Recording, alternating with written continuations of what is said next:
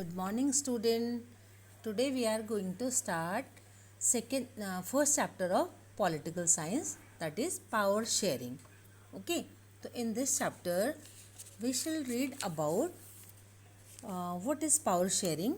With this chapter we resume the journey of democracy that we started last year. 9th class में आपने democracy से start किया था and यहाँ पे हम लोग पढ़ने वाले हैं बेटा पावर शेयरिंग अमंग नहीं, वहाँ हमने पढ़ा था लेजिस्लेचर, एक्सिक्यूटिव एंड जुडिशरी में. देन आज हम पढ़ेंगे दो स्टोरीज के थ्रू, है ना. In this chapter we carry the notion of power sharing forward, weaving with two stories from Belgium and Sri Lanka. Both these stories are about how democracy handle demand for power sharing. Okay, the stories provide some general conclusion about the need for power sharing in democracy, or this allow us to discuss different form of power sharing that will be taken up in the following two chapters. Okay इस first chapter में भी second में भी थोड़ा बहुत इसके बारे में पढ़ेंगे. तो यहाँ पर आपको बेल्जियम एंड श्रीलंका के प्रॉब्लम से स्टार्ट कर रहे हैं. ठीक है, तो यहाँ क्या है बेटा, Belgium is a tiny country in a Europe. It is even smaller in area than the state of Haryana. जो बेल्जियम है यूरोप की एक बहुत छोटी सी कंट्री है. अगर आप हमारी हरियाणा से उसको कंपैरिजन करेंगे तो उससे भी आधी छोटी है और पॉपुलेशन भी जस्ट उसके आधी है. ठीक है, it has bordered with the France, Netherlands and Germany and Luxembourg. चारों तरफ से इसकी बॉर्डर है. It has a population of a little over 1 crore, about half of the population of Haryana. The ethnic composition. अब ethnic composition क्या है बेटा, जातीय भिन्नताएं हैं इसमें. ठीक है, 59% यहाँ पे रहते थे आपके डच स्पीकर्स लोग, 40% यहाँ पे थे फ्रेंच बोलने वाले एंड बचे हुए जो 1% थे वो जर्मन लोग. अब प्रॉब्लम क्या हो रही थी, ये तो पूरे शहर की बात है. अगर सिर्फ वहाँ की कैपिटल सिटी ब्रसेल्स है वहाँ की बात करेंगे तो ब्रसेल्स में उल्टा था. फ्रेंच लोग तो 80% थे और डच लोग 20% थे.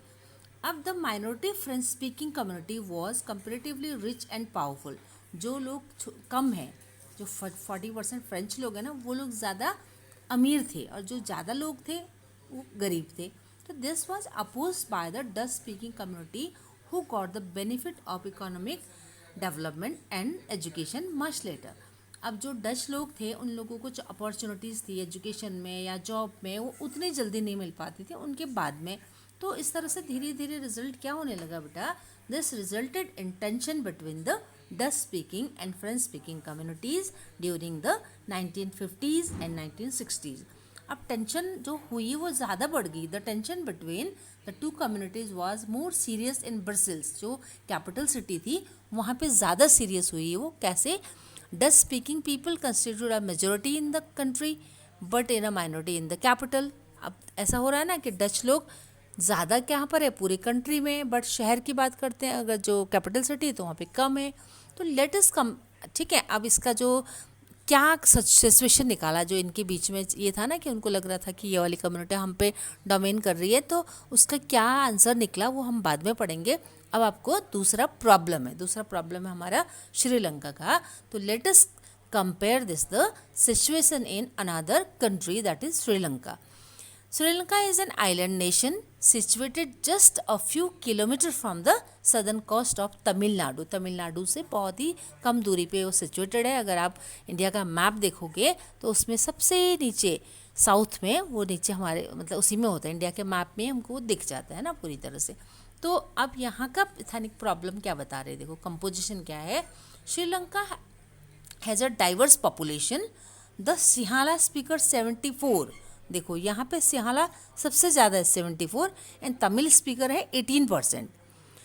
अब क्या है, अमंग तमिल्स देर आर 2 सब ग्रुप. जो तमिल लोग हैं उसमें भी 2 ग्रुप हैं. एक तमिल वो है जो कि श्रीलंकन तमिल है 13%, दूसरे तमिल वो है 5% जो इंडियन तमिल है. तो इंडियन तमिल कौन होंगे बेटा, जो हमारे फोर फादर उस टाइम में जब ब्रिटिशर्स के हम लोग कॉलोनियल पीरियड में थे, क्योंकि वो भी गुलाम था, है ना. हम 47 में आज़ाद हुए, 48 में हुआ.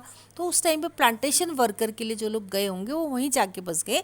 तो वो कौन थे, इंडियन तमिल थे. तो as you see from the map Sri Lankan Tamil are concentrated in a north east of the country. अगर आप यहाँ पे देखोगे मैप दिखा रखा है इन्होंने, तो नॉर्थ ईस्ट साइड में ये कौन होते हैं, श्रीलंकन तमिल होते हैं, ठीक है। तो अब क्या है बेटा, इन लोगों में प्रॉब्लम क्या आ रही है, मोस्ट ऑफ द, एक मिनट है, अब प्रॉब्लम क्या है बेटा, ठीक है, most of the Sinhala speaking people are Buddhist while most of the Tamil are Hindu. मतलब जो सिंहाला लोग थे वो बुद्ध धर्म को मानने वाले थे, तमिल लोग हिंदू और मुस्लिम दोनों वाले थे, ठीक है। अब क्या हो रहा है यहाँ पर, just imagine what would happen in situation like this in Belgium. The Dutch community could take advantage of numerical majority, ठीक है।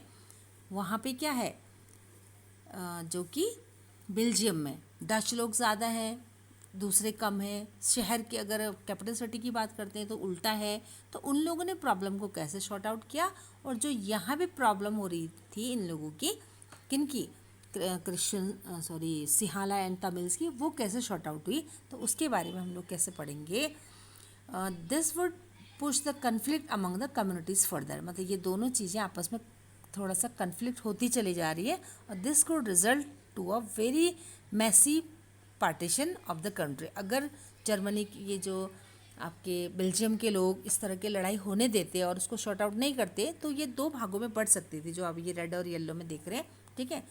छोटी सी बेल्जियम के भी दो टुकड़े हो सकते थे, बट उन्होंने कुछ अलग तरह से क्लेम, मतलब वो किया उसको। एंड श्रीलंका में क्या है, Sinhala community enjoy an ever bigger majority and could force its will on the entire country. पूरी कंट्री में वो शासन चलाना चाह रहे हैं। तो उसके बाद क्या हुआ, तो now let us see at what happen in both these countries. अब हम लोग नेक्स्ट उसमें पढ़ेंगे कि दोनों ही कंट्री में मेजॉरिटी, मतलब किस तरह से उन्होंने समझदारी से काम लिया या मेजॉरिटिज़म को ज़्यादा बढ़ाया। तो हम देखेंगे कि बेटा श्रीलंका में मेजॉरिटिज़म को उन्होंने अपनाया, ठीक है। अब मेजॉरिटिज्म को जब अपनाया तो बहुत सारे मतलब जो सिविल वॉर होते हैं अंदर हुए, डिफरेंट टाइप के ग्रुप बन गए, लिट्टे, सब चीज़ निकल के आएगा बाद में। और जबकि बेल्जियम में जो चीज़ें बनाया उन्होंने बहुत समझदारी के साथ में, तो उसमें आप देखेंगे कि बहुत अच्छी तरह से central government, state government and community government में बांट के उन्होंने बहुत ही सिस्टमेटिकली अपने देश को चलाया, जो कि आज वहाँ पर एक बहुत ही मतलब जो यूरोपियन यूनियन आप लोग बाद में पढ़ेंगे, उसका हेडक्वार्टर भी ब्राज़ील से इस टाइम, ठीक है। तो इसके बारे में हम लोग नेक्स्ट वीडियो में पढ़ेंगे बेटा। ओके बेटा, हैव अ नाइस डे।